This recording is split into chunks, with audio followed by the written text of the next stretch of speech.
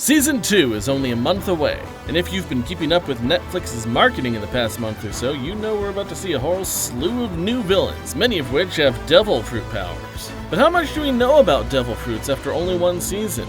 In today's video, you'll learn everything you need to know and more about devil fruits going into Season 2. Let's jump in.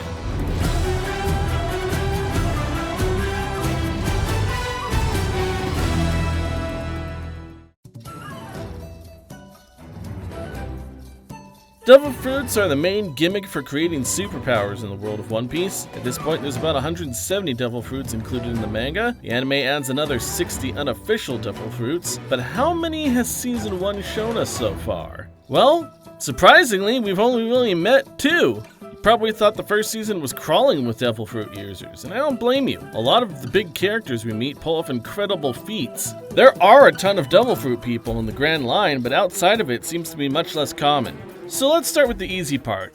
Who does and doesn't have a devil fruit power? Luffy and Buggy. That's it. They're the only 2 devil fruit users we've seen so far. Technically speaking, we see a cameo of a 3rd devil fruit user at the very end, but we'll discount him for now. So where does it leave us with other major characters? What about Shanks, Garp, Mihawk, Kuro, and Arlong? Okay, well, as far as Arlong and his crew go, they're just fishmen. A race that just happens to exist in One Piece. One of many, actually. Nothing supernatural here. So Arlong isn't anything unnatural by any means. He's just strong, by East Blue standards. Shanks, Garp, and Mihawk, now these 3 are the heavy hitters in the One Piece universe. All 3 of them have trained to use a type of power that is completely different from devil fruits. We've seen them destroy ships, dodge attacks with amazing precision, and scare off sea kings with one glare. Hard to believe, but all these feats fall under a single term. A term that won't be explained until much later, so in the interest of keeping the narrative flow intact, I'll stop here. Believe me though, it's there, in the background, slowly being built up as this big thing we won't see resolved for another 8 years or so, assuming we can keep the series alive until then. Right, so then there's Kuro. He moves really fast, but is that a devil fruit? Nope. It's a small aspect of yet another technique that some people can do, different from the one I just mentioned. Worst part is that Kuro is so bad at using the technique, he needs to pause running before he attacks because he can't actually see where he's going. Real pros don't need to do that. Real pros that I expect we'll see in Season 5 or 6.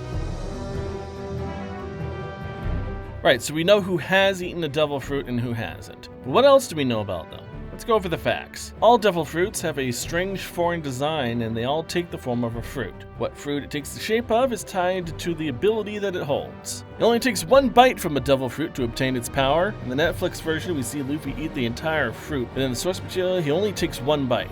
In fact, he went so far as to eat the whole fruit is actually kind of odd considering the other quality all devil fruits share. They don't taste very good. Aside from granting the eater an incredible power, the one other big thing devil fruits are typically known for is taking away the user's ability to swim. Netflix changes this slightly. Whereas originally being submerged in any type of water would render someone paralyzed, in the live-action version it's only seawater that affects them. Furthermore, the degree to which a devil fruit eater becomes weakened seemed to be proportional to the amount of water they were exposed to.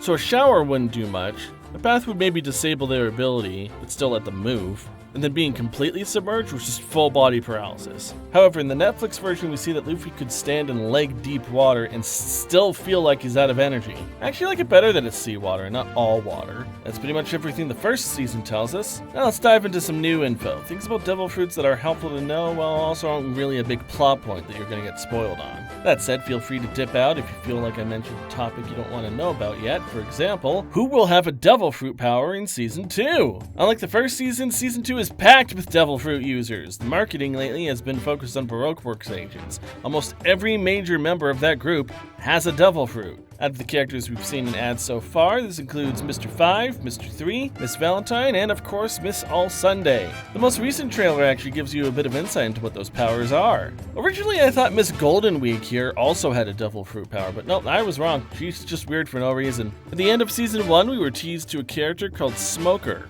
He's a big component to Season 2, and yes, he has a devil fruit. If you were around when Tudum aired and introduced this little talking reindeer fellow, his name is Chopper, and he is also a devil fruit user. Bet you $100 you can't guess what his power is. Of course there are more, but most of them will be people you haven't met yet. There is, however, one character that comes to mind that didn't have a devil fruit before, but will in Season 2. See if you can figure it out before Season 2 drops. This person has definitely put in the work for their role. You know, now that I think about it, because we've only seen 2 devil fruit users, we only know the names of those 2. So you might not realize that they actually have a naming convention. For example, Luffy's is the Gum Gum fruit, Buggy's is the Chop Chop fruit. Pretty much every devil fruit name has a kind of onomatopoeia naming convention to it. To name a few others that won't really give away what they are, there's the Hana Hana fruit, the Hito Hito fruit, the Kilo Kilo fruit, the Dice Dice fruit, and the Slip Slip fruit. Here's something you probably didn't know about. The type of ability a devil fruit can give someone can be categorized into 3 types. The first and most common type is the Paramecia type. Paramecias grant the users wild and fantastical abilities, usually some form of body alteration. Luffy's rubber body and Buggy's sliced up body are good examples of this. There's really no limit to the insanity a Paramecia ability can be, which means it's usually up to the person who eats it to make it work real well. Just to pull an example from much later in the series, there is a person with the jacket fruit. His ability is that he can let people wear him like a jacket, and if they do, he then controls their body.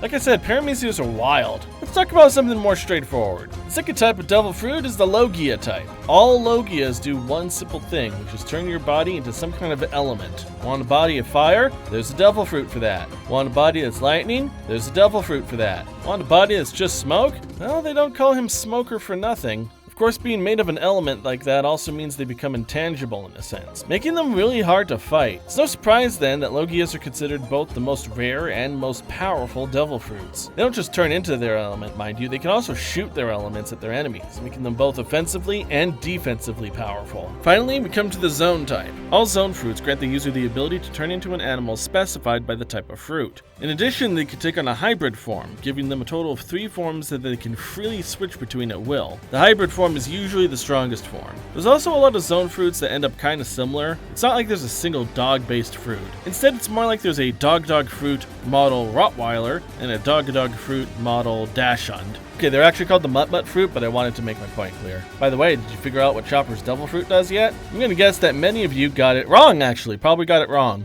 Here's a question you're probably asking: can someone have more than 1 devil fruit power? The answer to that question is yes, but actually, no. By no, I mean that if somebody eats a second devil fruit, supposedly the devil spirits fight inside your body and then you die. By yes, I mean shut up and wait 8 years. The answer will still be no, but then I'll have a stupid little asterisk above it. To wrap this up, let's talk about the life cycle of a devil fruit. Let's start with eating it. Once eaten, the devil fruit's power transfers into the eater, and the fruit itself becomes powerless, meaning the next person who takes a bite from it won't get anything. When the devil fruit user dies, the ability then transfers to a seemingly random fruit somewhere in the world, transforming it to take the unique shape of a devil fruit, now waiting to grant its ability to the next person. It's not completely random which fruit takes in this power. Like a devil fruit shaped like an apple will later turn an apple into its devil fruit on recycle. Based on speculation, it might actually be the closest apple that transforms, so it might not be random at all. But again, purely speculation until proven otherwise. That's all I have to say about devil fruits. I hope you found this video useful. If this does well, I might do a follow-up video explaining the ins and outs of specific devil fruit powers. Some of them act differently in the Netflix version than in the manga and the anime. Till next time, this has been Quiz Guru of the Funimimpa Foundation.